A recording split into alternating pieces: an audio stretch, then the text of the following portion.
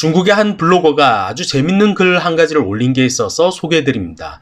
사진 50장으로 보는 오직 한국에서만 볼 수 있는 재밌는 것들, 이런 내용인데 좋아요만 14,000개, 댓글이 8,800개에 가깝습니다. 잡설 말고 바로 소개해드리죠. 한국의 저출생으로 아동수가 줄어들자 한국의 한 초등학교가 문을 열고 글을 모르는 할머니들을 입학시켜 공부할 수 있도록 돕고 있다. 이 사진을 찾아보니까 폐교 위기에 있던 대구의 강진초등학교로 할머니 7분께서 입학을 하셨다라는 뉴스였습니다. 뉴욕타임즈에도 소개될 정도로 흥미로운 뉴스였네요. 아주 특별한 초등학교 1학년생들입니다. 한국 KTX 기차에서는 힐링 방송을 한다. 막 태어난 멍멍이들이 뒹굴뒹굴하는 영상을 5분간 보여준다. 서울공항의 탑승권 뒷면에는 탑승구 지도가 그려져 있다. 지난 1년간 한 장소에서 찍은 사진이다. 여의도에서 보는 한국의 사계절. 서울 지하철 한 켠에는 이런 미니 도서관이 있다. 제가 중국에 처음 갔었을 때 중국 지하철에도 지하철 잡지나 신문 같은 게 배치되어 있었습니다. 하지만 곧 사라졌죠. 이 표지판의 뜻은 고양이는 길을 건너지 마세요가 아니라 고양이가 근처에 있어요. 조심하세요 라는 뜻입니다. 그런데 이 표지판이 개인이 제작한 것 같은데 아무튼 귀여운 표지판이긴 하죠. 한국의 한 아파트 건물이 페인트 칠 중이다. 페인트물이 차량으로 떨어지지 않도록 이렇게 비닐을 씌워뒀다. 아마 저게 중국이었다면 쌩까고 그냥 칠을 했을 확률이 아주 높을 겁니다. 혹시 페인트가 차에 묻었다. 그 후기는 틱톡 영상으로 볼 수 있게 되겠네요. 서울의 스타벅스에선 정원을 가꿀 수 있는 이미 사용한 커피 원두를 무료로 제공한다. 이런 게 있었네요. 역시 서울인가? 중국에선 확실히 못 본 장면입니다. 우린 서울 구경 중에 이런 커피숍도 가봤다. 이 사진을 중국인들이 봤으니까 이제 조만간 중국에서도 볼 수 있을 겁니다. 한국 서울의 작은 가게 앞에서 본 눈 오는 모습. 예쁘게 잘 찍혔네요. 한국의 횡단보도의 바닥에는 휴대폰을 쓰는 사람들을 위해서 신호를 식별할 수 있는 등을 설치했다. 이건 사실 지금 중국에서도 일부 대도시에서 설치 중인 걸로 알고 있습니다. 그런데 찾아보니까 횡단보도 LED 바닥 신호등의 특허가 한국 기업이 가지고 있는 것 같은데 혹시 중국에서 특허업체의 허락을 받고 설치하는 건지 그건 잘 모르겠고요. 한국 서울에는 태양열을 이용한 의자가 있다. USB 충전, 무선 충전도 가능하다. 이것도 중국에서 곧 따라한 게 나올 것 같네요. 한국의 감자칩들은 무지개색으로 줄서기가 가능하다. 이 사진은 사람들의 계단 사용을 격려하는 방식을 보여준다. 한국에서 파는 아이스크림인데 작은 받침대가 있어서 아이스크림이 녹아도 손에 묻지 않게 했다. 이것도 중국에서 곧 사용할 아이템으로 보입니다. 한국에는 개들이 보는 전용 TV 채널이 있다. 국민을 멍멍이 꿀꿀이 꼬꼬닥으로 보는 채널들이 수두룩한 중국에서 사실 그닥 신선하지 않은 일일 텐데 방금 한 이 말은 절대 조롱의 어조가 아닙니다. 한국 서울의 한 커피숍의 라떼 예술이다. 이곳은 한국 서울 크로마 클럽의 입구다. 이건 한 건축사무소가 만들었는데 세계에서 가장 큰 클럽이란다. 이 사진을 찾아보니까 여기서 영화 리얼을 찍었다네요. 그리고 태양이 녹아내린 듯한 모양이란 카피 문구들이 많이 보입니다. 에스컬레이터 손잡이를 자동 소독해주는 설비가 있다. 사실 이건 저도 처음 봤습니다. 정말 똑똑한 듯한데 이것도 한국 기업이 특허를 가지고 있나 봅니다. 그리고 다시 보니까 홍콩에는 이미 이런 게 설치되어 있고 중국은 그 소독기를 에스컬레이터 안에 설치하고 있네요. 한국 길바닥엔 자동으로 물 청소해주는 길이 있다. 사실 청소라기보단 폭염 방지를 위한 설비죠. 한국에서 케이크를 사면 무료 촛불과 케이크칼 속에 숨겨져 있는 성냥도 함께 준다. 한국 기차 안에는 1인용 노래방이 있다. 한국의 대형마트에선 휴지 샘플을 사용해 볼 수 있도록 이렇게 설비가 되어 있다. 이게 중국이었다면 저거 바로 사라집니다. 아니 애초에 저런 걸 설치하지 않죠. 한국엔 자동라면 조리기가 있다. 게다가 맛있다. 한국에는 1000개 문으로 된 건축물이 있다. 우린 한국에서 샀던 물건을 붙일 때 이런 바나나 스티커를 받았다.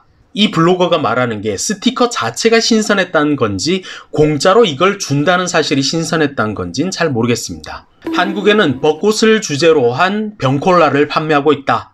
그럼 중국은 어떤 특별한 게 있을까 하고 중국 특색 콜라라고 이렇게 구글링을 해보니까 1.5리터 콜라를 마시고 10분 만에 명을 달리했다는 뉴스가 뜨네요. 한국의 점심 밥상. 이게 설거지하긴 참 뭐할 것 같은데 반찬이 이렇게 많은 거 보면 기분은 굉장히 좋아집니다. 특히 외국인들에게는 아주 신선하겠죠. 서울엔 스타벅스 도서관이 있다. 이곳은 스타벅스 도서관이 아니라 서울 코엑스 별마당 도서관입니다. 도서관이 이렇게 예쁠 수도 있구나 싶죠. 한국엔 양말 자판기도 있다. 사실 더 재밌는 건 자판기 밑에 있네요. 난 월요일이 싫다. 한국엔 주인도 없이 음료를 마시는 좌판도 있다. 갑자기 생각이 나는 게 몇 년 전에 제주도의 한 무인 커피숍에 단체 중국인 관광객들이 들이닥쳐서는 다 쓸어 마시고는 그 팀이 딸랑 몇천 원을 내고 갔다는 그런 뉴스가 기억이 나네요. 한국 공원에는 흙먼지 털이기가 설치되어 있어서 당신 신발의 먼지도 털어낼 수 있다. 여성 전용 주차장. 한국의 풍선 자동 자판기. 혹시라도 이 중국인이 일본 자판기 시리즈를 보게 된다면 아마 문화 충격을 받게 되겠네요. 대전에서 찍은 사진, 눈 내리는 새해. 한국 대전에는 이렇게 말랑말랑한 방지봉이 있다. 한국에는 실내에서 낚시를 하는 술집도 찾아볼 수 있다. 저도 처음에 이 사진만 보고는 한국엔 실내에 낚시터가 많지 했는데 저긴 술집이었네요. 아주 기발한 것 같습니다. 멀리서 보면 지퍼를 여는 것처럼 보이는 건축물. 이건 충무로에 있는 서울중앙우체국 포스터타워랍니다. 건축물 최초, 친환경 건축물 최우수 등급을 받았다네요. 떠다니는 크루즈는 사실 한국에 있는 이색 리조트랍니다. 한국의 한 식당에서는 이런 곳도 발견이 된다. 이건 구강청정제. 한국에서 발견된 불닭볶음면 치약, 매운맛이다. 한국의 소세지엔 경례 말도 함께 적혀 있다. 1월 5일 시작했던 이 유튜버 쉬는 시간, 구독자 여러분들의 지지 덕에 1만 구독자를 달성했습니다. 뜬금없지만 진심으로 감사드린다는 인사말을 드리고 싶었습니다. 감사합니다. 더 열심히 하겠습니다. 알루미늄 호일 티백은 티백 섬유가 녹아드는 걸 막아준다. 한국의 배달오빠. 한국에선 빵 사이에 아주 두꺼운 버터와 팥을 넣은 게 유행인데 이걸 앙버터라 부른다.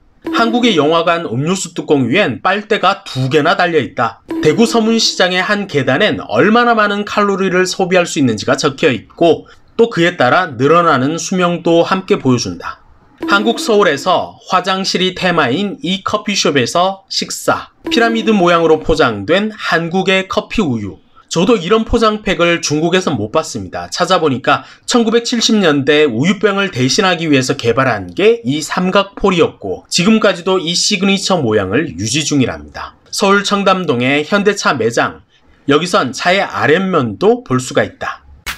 한 중국인 블로거가 한국 여행을 하면서 그리고 한국에 대해서 알고 있는 아주 신선했던 50장의 사진을 가지고 와서 하는 이야기였습니다. 어떤 나라에 대해서 편견 없이 다가가게 되면 참 많은 것들을 보고 듣고 느낄 수가 있는데 안타깝죠. 아주 수많은 중국 자료를 찾고 번역하고 이러다 보면서 이번처럼 오랜만에 흐뭇하게 미소 지으며 외국 친구가 한국 여행을 갔다 와서 제게 어떤 이야기를 해주는 그런 기분이었습니다. 그럼 간단하게 중국 반응 또 몇 개만 좀 보고 올까요?